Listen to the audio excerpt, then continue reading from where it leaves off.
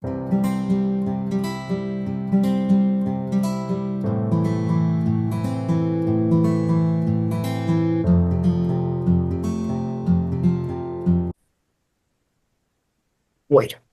buenas noches para todos. Hoy tenemos invitado especial, uno de nuestros residentes externos, quien está terminando haciendo su posgrado de anestesiología en Galicia, España, en el Hospital Rivera Povisa, que es miembro de un consorcio francés grande. Nos va a hablar de un tema que casi no tocamos. Hay muchísimo interés en los pacientes que nos llegan para manejar anestesiológicamente con dispositivos cardiológicos implantados. Pero cada vez más vamos a tener que enfrentarnos a pacientes que llegan con dispositivos para manejo neurológico implantados. Está teniendo un boom en todo el mundo el desarrollo de la estimulación cerebral profunda para pacientes con Parkinson, para pacientes con trastornos psiquiátricos difíciles de tratar, como por ejemplo esquizofrenia o agresividad profunda, manejo de dispositivos neurológicos para dolor, estimuladores intermitentes. Así que es muy pertinente empezar a revisar este tema. ¿Qué hacemos con estos pacientes cuando nos llegan con estos dispositivos y tenemos que darles anestesia por otras razones, no necesariamente neuroquirúrgica, sino para cirugía de cualquier otro tipo? Los dejo entonces con el doctor Montenegro. Bueno, pues muchas gracias por la presentación, por la introducción. Antes de empezar propiamente con el tema, yo quise rescatar una presentación que hice iniciando mi R1, mi primer año, y básicamente lo cuento no porque sea un caso específico del tema de hoy, sí que está relacionado, pero es más que como un caso clínico, es como una anécdota para generar interés en el tema, ¿vale? Que es un tema novedoso del cual no hay como tal nada escrito en mármol, todo es un conocimiento en progreso, en desarrollo y bueno, espero que con esto que les voy a contar se genere un poco más de expectativa sobre el tema. Y entonces empiezo situándolos, ahí puse una representación de cómo me sentía yo iniciando mi residencia, primeros meses en un país que no es el mío, en una ciudad nueva, en un hospital nuevo.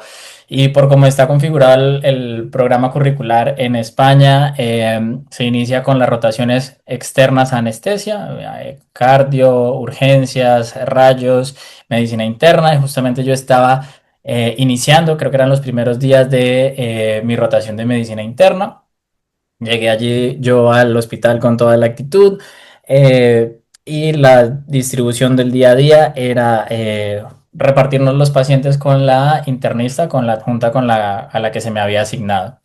Em, Repartíamos los pacientes, tanto los que ya conocíamos, que llevan unos días ingresados con nosotros en planta de medicina interna, en el piso, y los ingresos que de la noche anterior de urgencias o del fin de semana que se nos fuesen asignados. Así lo hicimos, repartimos los casos. A mí, entre los que me tocaron, todos eran conocidos de días anteriores, salvo uno. Entonces empecé por ese y revisé un poco la historia clínica que tenía en el ordenador, en el computador.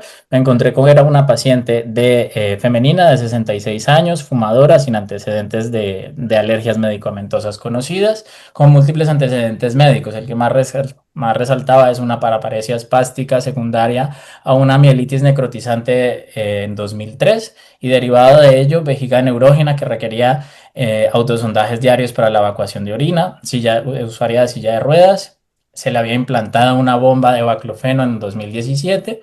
Aparte de eso, EPOC restrictivo, SAOS usuaria de BiPAP en casa, síndrome ansioso depresivo y múltiples ingresos en medicina interna por infecciones urinarios, la última ya hace varios años, en septiembre de 2017.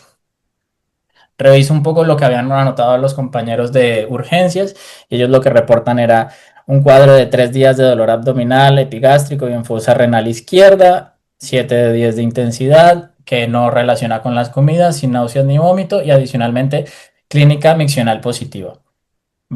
el día anterior a la consulta en urgencias también había acudido y se le había dado manejo ambulatorio con el diagnóstico de una lumbalgia con un ciclo de corto de corticoides y AINES. Sin embargo, ante la no mejoría, pues ella reconsulta a urgencias. En esa consulta a urgencias, los signos vitales era una tensión arterial de 130/80, estaba taquicárdica, saturando 95% sin oxígeno suplementario, afebril. Un abdomen con abundante panículo adiposo, distendido, depresible. Palpa en el dispositivo subcutáneo que ya veíamos en la historia clínica en hipocondrio izquierdo, sin datos locales de infección. Y le tomaron una batería de pruebas analíticas y de imagen que vemos allí. Llama la atención que a pesar que sí, el cuadro hemático hay una posible leucocitosis en 12.000 con 77% de neutros y un uroanálisis que pudiésemos considerar patológico con nitritos positivos, leucos de 35, gérmenes de 4.000. Sin embargo, hay otros valores que llaman la atención, un potasio 5,5, proteína C reactiva 2,1 y una CPK de 985. Adicionalmente, le habían pedido una radiografía de tórax reportada como sin patología, sin evidencia de patología aguda, RX de abdomen sin datos de obstrucción y también le habían solicitado un TAC de aorta sin datos de patología aguda abdominal. Con toda esta historia que había visto yo en el computador antes de ver a la paciente, me dirigía a buscarla en el área de observación de urgencias, porque todavía no le habían asignado cama en la planta de medicina interna, y un poco iba yo bajando las escaleras hacia el área de urgencias con esta imagen en la cabeza. Yo me esperaba encontrar más o menos esto, y en realidad lo que me encontré era más parecido a esto, a una paciente consciente, orientada, colaboradora, pero totalmente intranquila, que se notaba francamente ansiosa, con voz temblorosa, sudorosa, inquieta. Daba, o sea, saliéndonos un poco de los términos médicos, daba un poco la impresión de lo que en España llamarían un junkie, o volviendo a términos más científicos, daba la impresión de un paciente con cierta habituación a alguna sustancia y que estaba experimentando un momento de craving. Y ante esta discordancia tan llamativa, que me acuerdo incluso que no solo me lo pareció a mí, cuando yo bajé a preguntar exactamente en cuál de los cubículos estaba la paciente, las enfermeras me dijeron, está en tal cubículo, pero esa paciente es de psiquiatría. Y yo, no, está interna. Y claro, cuando llegué allí y la vi de esa manera, pues comprendí que había una discordancia bastante entre la imagen mental típica que probablemente tengamos en la cabeza de una infección del tracto urinario versus lo que yo estaba encontrándome allí. La reinterrogo y ella me dice que consulta por 3 días de dolor abdominal con imposibilidad para expulsión de gases, aumento de franco de la espasticidad y nerviosismo, sin fiebre ni cambios en la orina. Como dije, estaba consciente, orientada y colaboradora, pero estaba visiblemente sudorosa, con voz temblorosa, inquietud, incluso hasta cierto temblor en miembros superiores. El abdomen estaba distendido, era timpánico, doloroso, pero sin signos de irritación peritoneal claros a mi examen físico. Disminución de ruidos hidroaéreos y la puñopercusión renal era negativa en ambos lados. En miembros inferiores una marcada rigidez espástica, que claro, como no conocía de antes la paciente no podía compararla, pero sí que estaba presente y era evidente. Ante esta discordancia tan llamativa, pues llamo a mi adjunta, a la internista, y le digo que creo que deberíamos priorizar a esta paciente y que la valoráramos juntos. Cuando ella baja, pues le genera un poco el mismo impacto. Yo espero estar siendo lo suficientemente claro en que era muy visible la situación. Entonces hicimos un stop, medicamos a la paciente, le dimos una benzodiazepina para que se calmara un poco, porque parecía una paciente psiquiátrica en ese momento, eh, y reconsideramos opciones. Esto puede ser que tuviese o no una infección del tracto urinario, pero había algo más debajo. Y reconocer la experticia y el ojo clínico, el olfato ante situaciones poco comunes de la junta con la que estaba.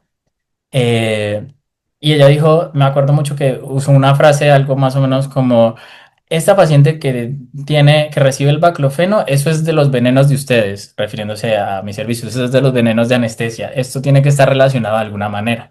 Y bueno, revisamos un poco up to date y documentarnos un poco pues, de este síndrome que no es común, porque el medicamento tampoco es que se encuentre en todos los pacientes. Y efectivamente coincidía con un síndrome de abstinencia al baclofeno. Nos explicaba varios de los hallazgos paraclínicos que encontrábamos y que mencionaba, que resaltaba antes. Fuimos a hablar con el equipo de rayos, ya que le habían tomado el TAC de aorta, a ver si con la reconstrucción de imágenes nos podían ver si había algún daño en el neurodispositivo, en la bomba intrarratecal que tenía la paciente, y en la imagen no se veía nada, la bomba se veía bien y el dispositivo, la manguerita que lleva el medicamento hasta el neuroeje también parecía estar todo íntegro, ni acodado, ni roturas, ni nada. Y ya con todo esto fuimos a hablar para pedir la interconsulta formal con el servicio de anestesia, específicamente con la unidad del dolor. La unidad del dolor interroga la bomba dice que quedan 3 mililitros del medicamento y que todo está funcionando, o sea, no detecta ningún fallo.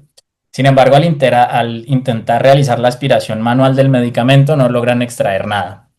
Deciden reintroducir la medicación, programar nuevamente la bomba, dejar a la paciente en ayunas, monitorizarla en UCI y informar a la familia de que esto probablemente era un síndrome de abstinencia al baclofeno, con una que es una patología potencialmente grave, con riesgo de vida, o sea, con riesgo de muerte y pues del estado de la gravedad de la situación. Y bueno, yo creo que aquí voy a parar con el caso clínico porque no es una sesión sobre el baclofeno, eh, pero les termino rápidamente el caso. La paciente una vez recibió nuevamente la dosis correcta de baclofeno a través de la bomba, la mejoría fue espectacular. Yo creo que la volví a ver a los 2 o 3 días cuando volvió a planta de medicina interna y era otra paciente totalmente diferente, consciente, colaboradora, orientada, sin ese temblor, sin esa sudoración, muy agradecida, con una espasticidad presente pero muchísimo menos marcada, refiriendo que había vuelto a nacer, incluso me acuerdo de la frase que ya decía, y nada, completó un par de días más de hospitalización en planta de medicina interna y se le dio el alta, se le dio ingreso hospitalario satisfactoriamente. Traigo este caso como digo, no es una charla sobre baclofeno, pero traigo este caso porque, claro, yo al terminar, recordemos esa imagen que les ponía del personaje de Up de la película, yo llegué a mi casa con un montón de dudas, pero de hecho creo que la diapositiva que sigue allí en la presentación original era baclofeno y una cara de confusión porque, claro, era un conocimiento totalmente nuevo que tenía que adquirir, empezar a estudiar y demás, un montón de preguntas. Pero de la mano de ese montón de preguntas también surgieron como dos premisas que hasta el día de hoy conservo y que creo que están muy relacionadas con lo que vamos a hablar hoy. Uno es que escogimos una especialidad muy bonita.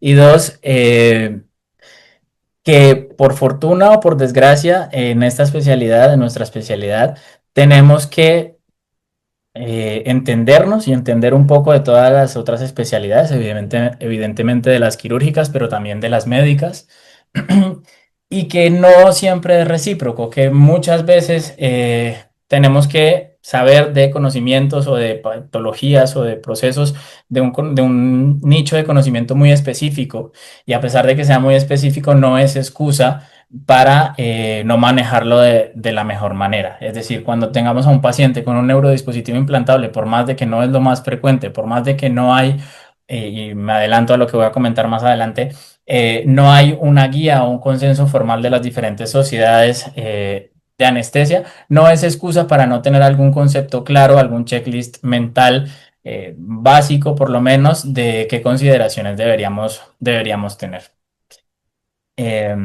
Espero que, bueno, ya doy por chequeado ese caso clínico, espero que haya despertado el interés suficiente para lo que queda de charla, que básicamente va a ser una introducción hablando un poco de epidemiología.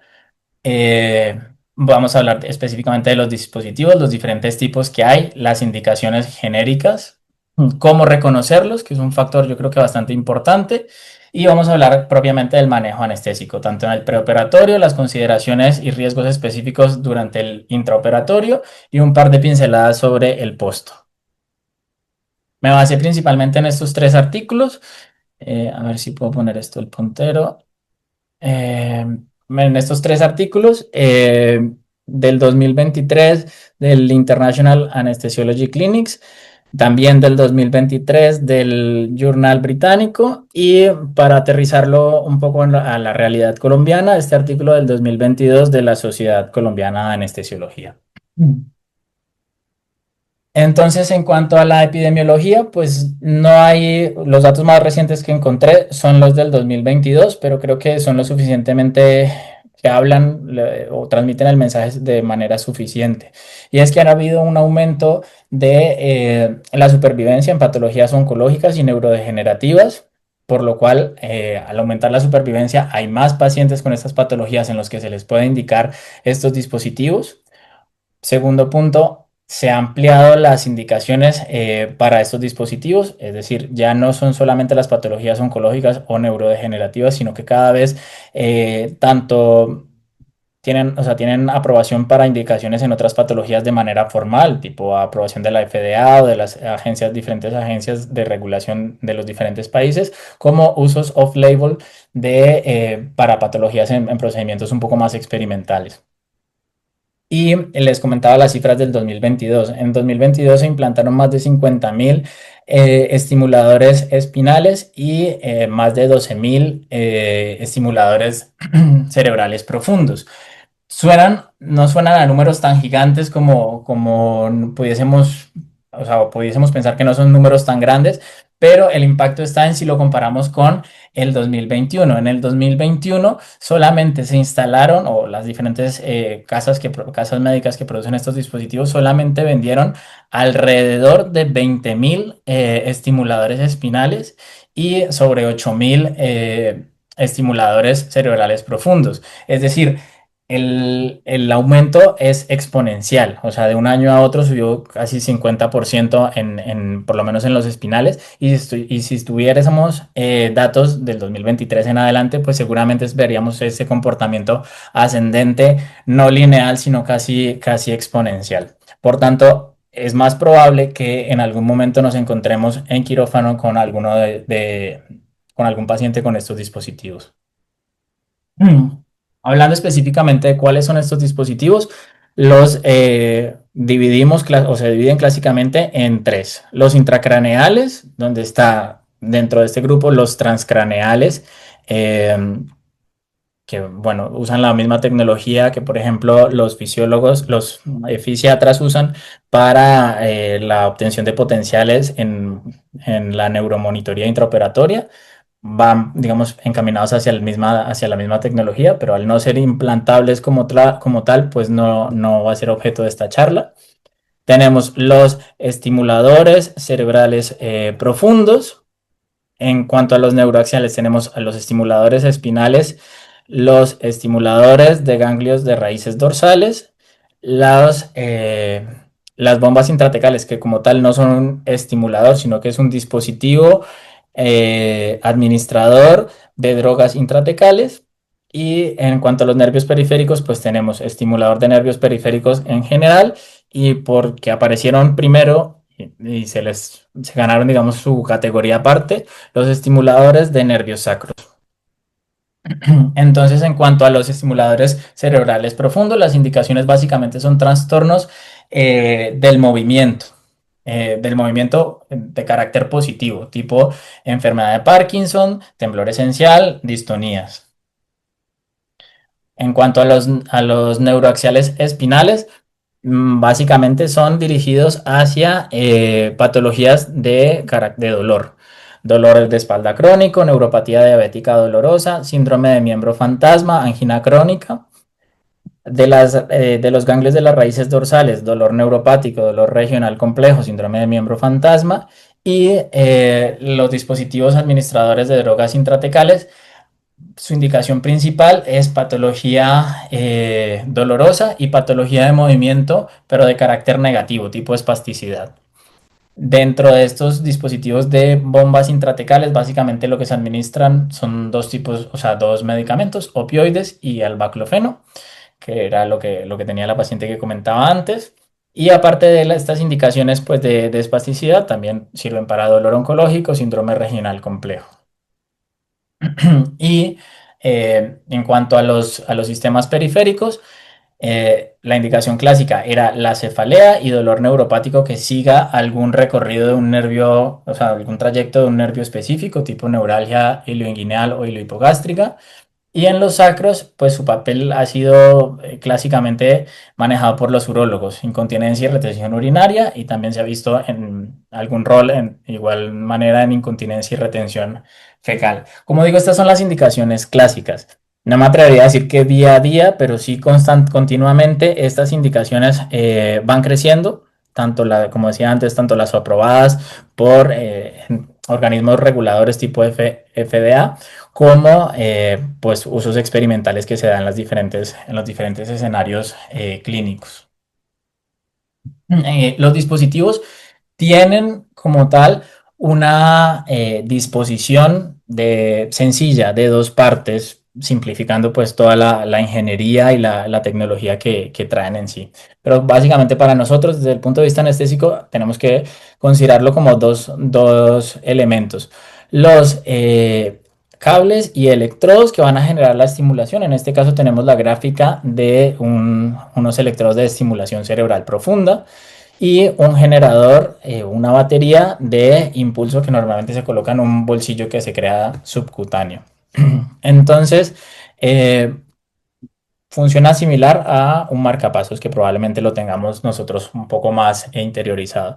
El generador es donde está el computador que se programa para que emita un pulso a una frecuencia y con una intensidad determinada, viajarán por los cables y llegarán al sitio de acción, que dependiendo de cuál sea, pues serán los tipos que mencionaba antes. En este caso, estimulador cerebral profundo, si fuera en la columna sería espinal o de ganglios dorsales, y si fuera un nervio periférico, pues sería de nervio periférico.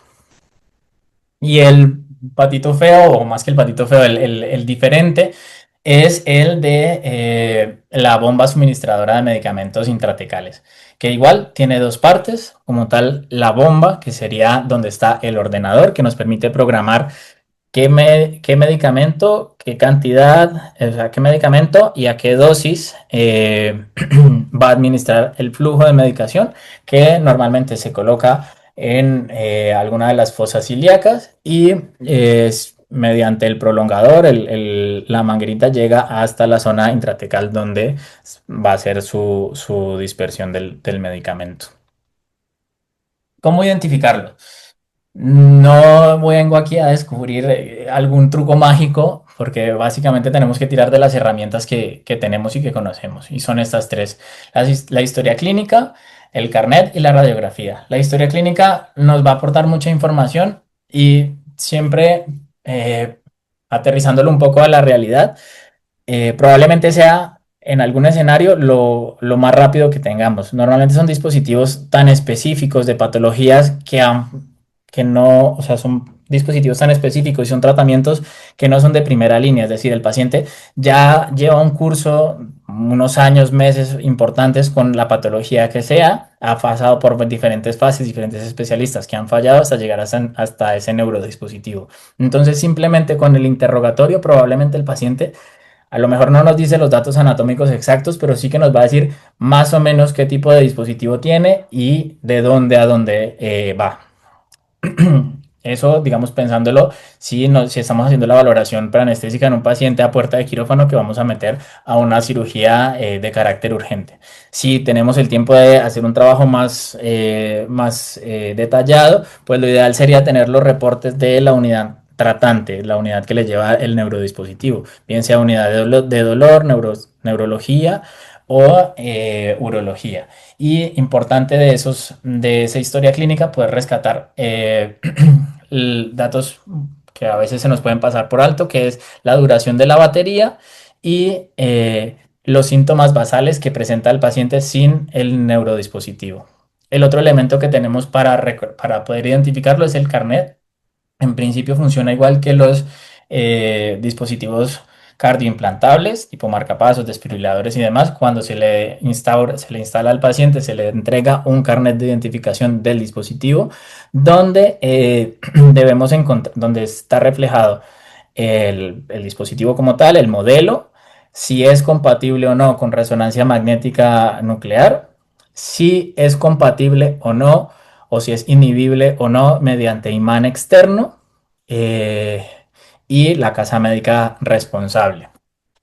Hago este énfasis de lo del imán porque en los dispositivos cardioimplantables, que hago el símil con esto básicamente porque es creo que algo que tenemos un poco más interiorizado, pues tenemos muy presente de que el imán es un aliado y es una herramienta. Sin embargo, aquí el imán no siempre funciona. De hecho, en los dispositivos más modernos están programados para que no se inhiban con el imán. Y el tercer elemento que tenemos para identificarlos es la radiografía.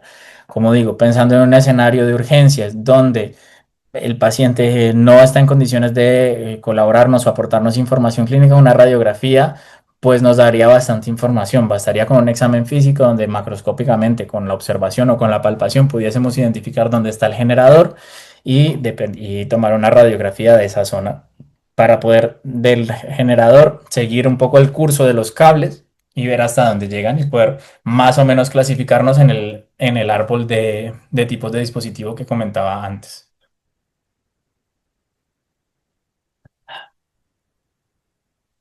Aquí tenemos unos ejemplos. Aquí vemos el generador. En este caso es un estimulador cerebral profundo en un paciente con Parkinson. Esto ya no lo podemos ver por la radiografía, pero bueno, se los comento. Y este es un caso parecido al de la paciente que les comenté en la anécdota del inicio. Esta es una bomba de baclofeno instaurada en fosa ilíaca izquierda que dirige el medicamento hacia la columna. Y aquí vemos la entrada al neuroeje.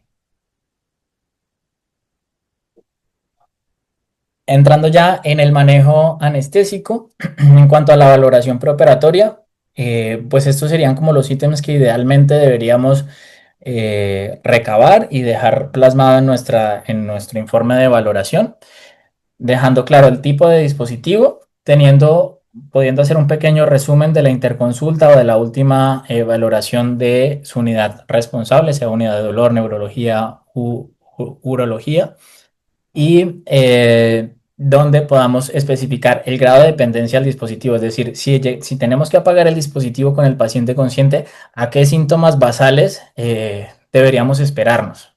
¿Sí? Para saber qué tanto, dado el caso, si lo tenemos que poner en una balanza, pues saber qué tanto nos arriesgamos a ello o no. También recabar la fecha de implantación, el modelo y la batería restante, como ya lo decía en la diapositiva anterior, y un electrocardiograma basal.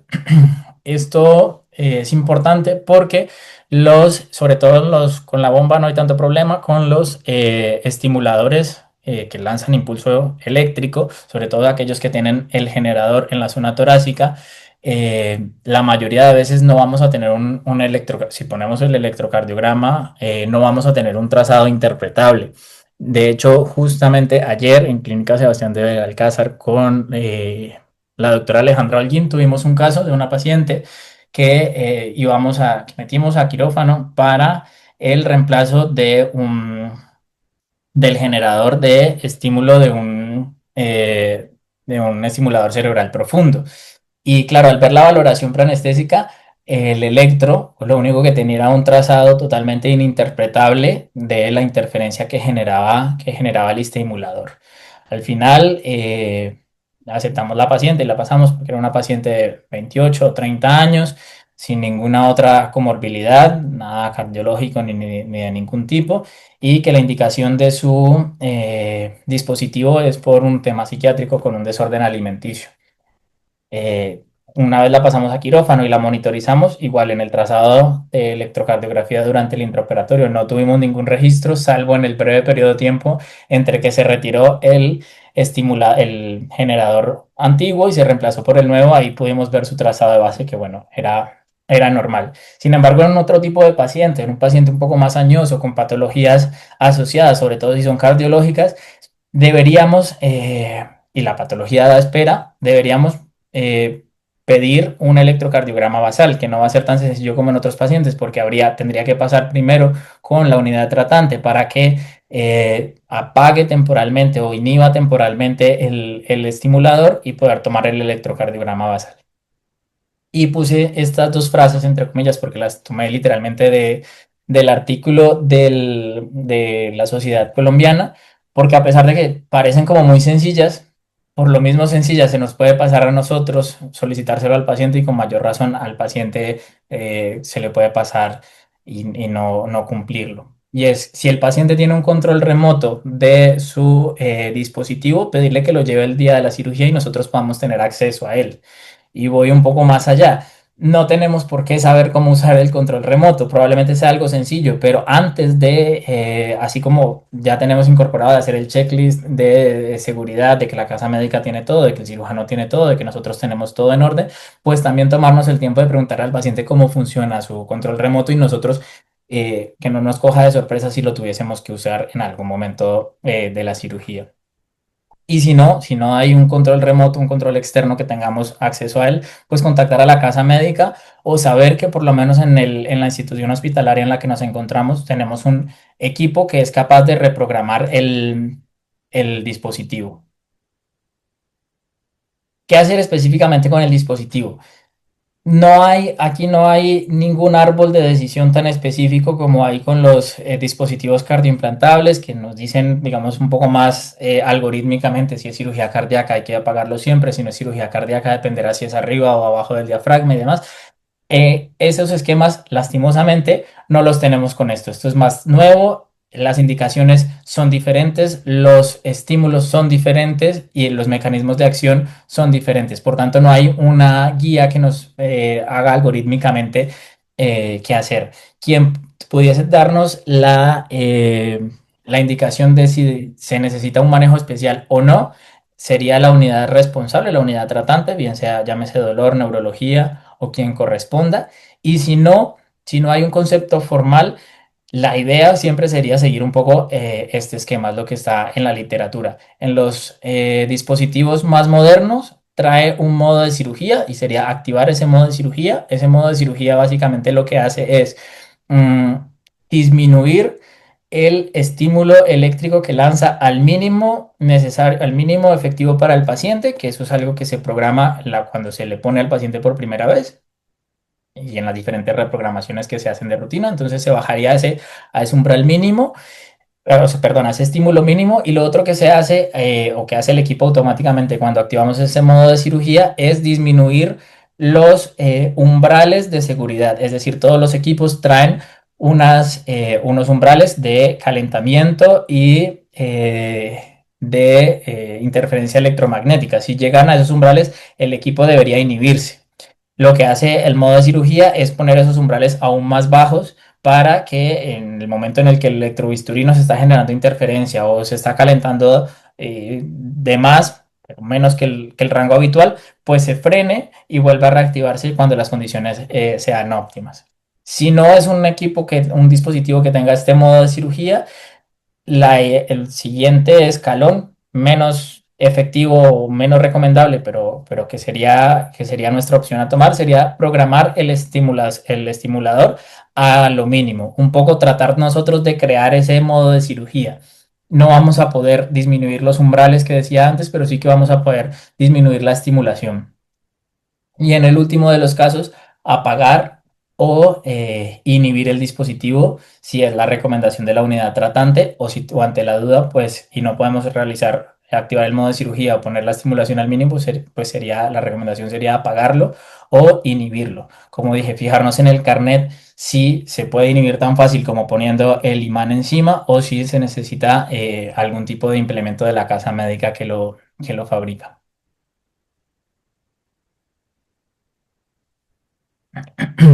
Perdón. En cuanto a a la técnica anestésica, no hay ninguna contraindicación formal para ninguna de nuestras técnicas. Evidentemente, la anestesia general nunca estará contraindicada Y la anestesia regional tampoco hay una contraindicación formal. Respecto a la anestesia general, pongo este asterisco para recordar que siempre que sea posible y sea, primero que sea posible y que esté indicado, apagar del todo el dispositivo, la idea sería hacerlo con el paciente ya sedado o si se puede incluso después de la inducción anestésica, para evitar que el paciente experimente los síntomas, o sea, el retorno a su estado basal sin el efecto del neurodispositivo.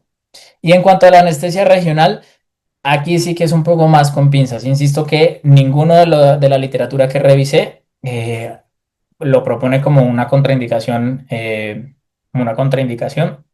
pero sí que son muy insistentes en pinchar o hacer la función que queramos realizar lo más lejano al dispositivo posible, a los diferentes componentes del dispositivo posible. Y más lejano se entiende como eh, más distal, si estamos hablando de un bloqueo periférico, o más caudal, si estamos hablando de una anestesia espinal. Es decir, en uno de los artículos ponía el ejemplo de un paciente con omalgia que tenía un estimulador que no se contaban con los informes de la unidad de dolor, pero por la radiografía se veía que llegaba más o menos a nivel de la clavícula. Entonces, era una cirugía de mano, entonces lo que ellos recomendaban allí en la discusión, un poco lo que explicaban es, pues no vamos a pincharle un interescalénico, ni vamos a hacer un supra ni un infra, sino que nos vamos a ir de un bloqueo axilar o de un bloqueo más periférico si es que la cirugía lo permite y tenemos pues el conocimiento para hacer un bloqueo más distal. Y si estamos hablando del neuroeje, aquí son aún más insistentes. Si estamos hablando de una Raki, por ejemplo, y el dispositivo llega a L1, pues podremos pinchar la Raki en el sitio habitual sin mayor complicación, ya que estamos más caudal, estamos más por debajo de la entrada del dispositivo al neuroeje. Si estamos hablando de peridural, eh, de una punción epidural, digamos que es un poco más complicado, sobre todo si lo que tenemos es una bomba de administración intratecal. Aquí sí que son, digamos, más insistentes, nadie se atreve a contraindicarla formalmente, pero sí que son más insistentes en dónde pinchar esa epidural. Si se dan las condiciones y el nivel que necesitamos alcanzar analgésico o anestésico lo podemos lograr con la punción por debajo de la entrada del dispositivo, no habría problema, pero si para alcanzar el nivel tenemos que ir por arriba, recomiendan fuertemente cambiar la técnica, bien sea pincharle una Raki, que podemos hacerlo más abajo, o cambiar de técnica.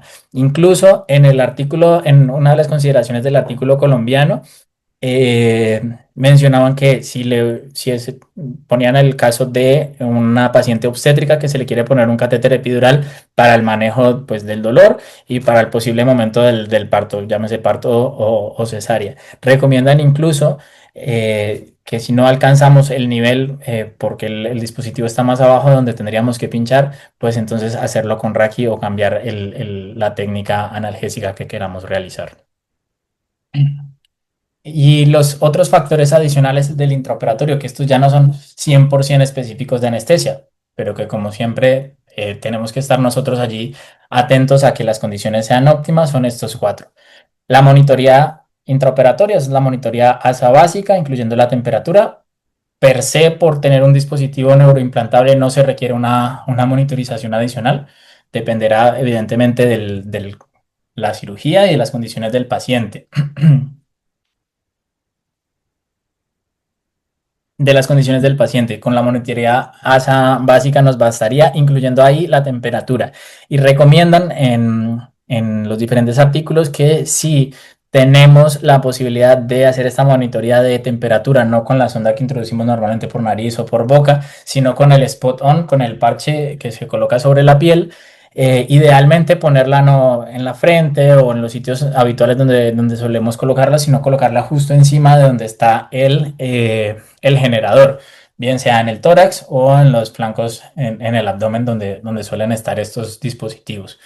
Básicamente porque los dispositivos ante el sobrecalentamiento se inhiben. Cuando el dispositivo alcanza una temperatura dependiendo del dispositivo y la marca, entre 39.5 y 39.7, una cosa así. El dispositivo por seguridad se inhibe y deja de emitir el impulso o deja de mandar el medicamento.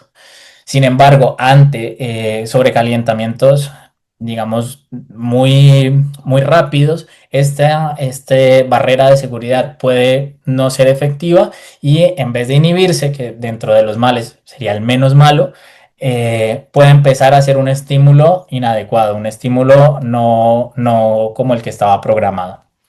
Lo otro es la posición. Y básicamente aquí la frase sería que se convierta con una prominencia ósea más. Es decir, cuando nosotros estamos posicionando a un paciente en trauma, en cirugía general o en lo que sea, siempre estamos pendientes de que el codo no quede en una posición no anatómica, que las prominencias óseas estén sobre superficies acolchadas, incluso ponemos algunos parches, algunos geles y demás.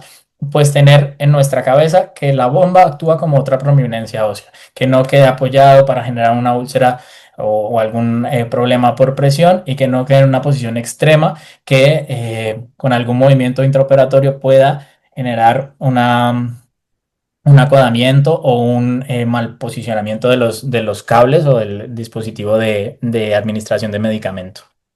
En cuanto a las interferencias electromagnéticas, dos básicamente, una lo resolvemos fácil con la historia clínica o con el carnet, que es ver si el dispositivo es compatible o no con la resonancia magnética, tenerlo en cuenta si es que se va a utilizar algún tipo de imagen de este tipo. Y la otra interferencia electromagnética es el electrobisturí. La recomendación es siempre que se pueda usar tecnología bipolar, es decir, que el circuito de energía entra y sale por el mismo aparato de electrobisturí. Siempre que se pueda deberíamos insistir en ello. Evidentemente va a haber momentos en el que no, ¿sí? O sea, una cesárea no se va a hacer a punta de bipolar. Se tendrá que usar el monopolar en algún momento. En ese caso, entonces tendríamos que ser, como dicen en España, más pesados con los cirujanos, más encima de ellos, procurando dos cosas. Uno, que la placa que se coloca como polo a tierra en el paciente se coloque siempre en el lado contralateral a donde está el generador y lo más alejado del generador posible. Y lo otro es que el cirujano use el electrobisturí monopolar en ráfagas o en rachas cortas y a la menor potencia posible, que no haga la incisión de 40 centímetros con el electrobisturí a 40 sostenido, porque eso sí que puede interferir electromagnéticamente con el dispositivo. Si tenemos suerte se inhibe y no pasa nada. Si no tenemos suerte puede empezar a hacer una estimulación inadecuada y si estamos hablando de un neuroestimulador cerebral profundo o espinal, pues podemos generar un daño neurológico importante. Y lo otro es que esta interferencia del electrobisturí también genera sobrecalentamiento. Entonces ahí un poco combinarlo con lo que hablaba de la monitoría de la temperatura. Y el cuarto factor, que es, digamos, más aplicable a pacientes que tengan dispositivos de administración de medicación intratecal o a pacientes con neuroestimuladores, pero no por el estimulador per se, sino porque sea por una patología de dolor crónico, que ya tienen un manejo probablemente opioide de base, pues priorizar en el intraoperatorio la analgesia multimodal. Incluso algunos abogan por técnicas OFA totalmente libres de opioides, otros por simplemente en técnicas reductoras de opioides y evitar dejar opioides de larga duración sin el consenso o sin consensuarlo antes con la unidad de dolor tratante. En cuanto al posoperatorio, importante, antes de la salida, de darle nosotros salida de la URPA, UCMA, posoperatorio, como sea que le llamemos a esta unidad del despertar, interrogar el equipo si es que tenemos la posibilidad, interrogar la bomba, ver o el estimulador, que todo esté funcionando correctamente y interrogar al paciente. Recordar lo que les comentaba en el caso que me tocó iniciando la carrera, la especialización. La bomba decía que todo estaba correcto, pero el paciente no. Y en estos casos que nadie tiene extrema experticia en esto, pues ante la duda, retrasar el alta del paciente hasta que pudiese ser valorado por la persona o por el equipo que lleva el dispositivo. Antes de eso, en cuanto al alta del despertar de la URPA o como sea que lo nombremos en nuestro hospital. Antes del alta hospitalaria, la idea es que el paciente fuese valorado por la unidad tratante intrahospitalario, si es que se puede, y si no, la recomendación es que salga del hospital con una cita ya agendada y que esa cita sea menor a 2 semanas con su unidad correspondiente, dolor, neuro, uro o quien sea que lo lleve. Es la recomendación académica. Evidentemente, pues por problemas administrativos y demás, no siempre se logrará, pero bueno, intentar o nosotros promover que eso ocurra. Y en cuanto al ajuste, y la tercera recomendación para el posoperatorio sería el ajuste de medicación analgésica posoperatoria consensuada con unidad de dolor. En estos casos de pacientes con dolor crónico, que es un manejo analgésico complejo de base, y luego si le añadimos el posoperatorio, pues aún más, cada paciente es un mundo, cada patología es un mundo, cada cirugía es un mundo. La recomendación general es mantener para el control analgésico post la dosis habitual que toma pautada por su unidad de dolor y la dosis opioide y aumentar entre un 10 y un 15% con algún opioide para el dolor irruptivo posoperatorio. Esa es la recomendación general, pero bueno, luego lo ideal sería consensuarlo con unidad del dolor y no dejar, o sea, no caer en solo opioides, sino usar las otras estrategias de analgesia multimodal. Y ya para finalizar, mensajes para llevarnos a casa. El auge de los neurodispositivos, ya lo decía la doctora Komaromi en la introducción, cada vez hay más, por las razones que ya expliqué, y cada vez es más probable que nos podamos encontrar con un paciente con estas características para anestesiar, tanto en cirugía urgente como en programado. Y lo que les quería transmitir con el mensaje, con el caso clínico inicial, que no sea algo muy conocido, no nos exime de poder hacerlo de la mejor manera. Comunicación con los otros servicios, sobre todo con las unidades que llevan estos dispositivos. Y ojo con las particularidades en el intraoperatorio: temperatura, puntos de presión, interferencia electromagnética, manejo analgésico y si vamos a hacer una técnica regional, pinchar lo más lejos del dispositivo, distal y caudal. Y eso es lo que traía hoy para contarles antes de finalizar y escuchar los comentarios o preguntas. Agradecerles con esta foto de Cali al programa de anestesiología de la Universidad Javeriana, donde me hicieron sentir en casa, tanto al doctor Cañas, con el que tuve el primer contacto, y la doctora Conmaromi, con la que pude ya formalizar el intercambio, y a los diferentes residentes con los que pude coincidir en las actividades. Muchas gracias al equipo de anestesia de ANESA, de anestesiólogos de la Clínica Sebastián de Belalcázar. Muchas gracias, especialmente al doctor Fernando, con el que, pues, digamos, compartí más, aprendí mucho y solamente, como decía al principio, palabras de agradecimiento. Ricardo, muchas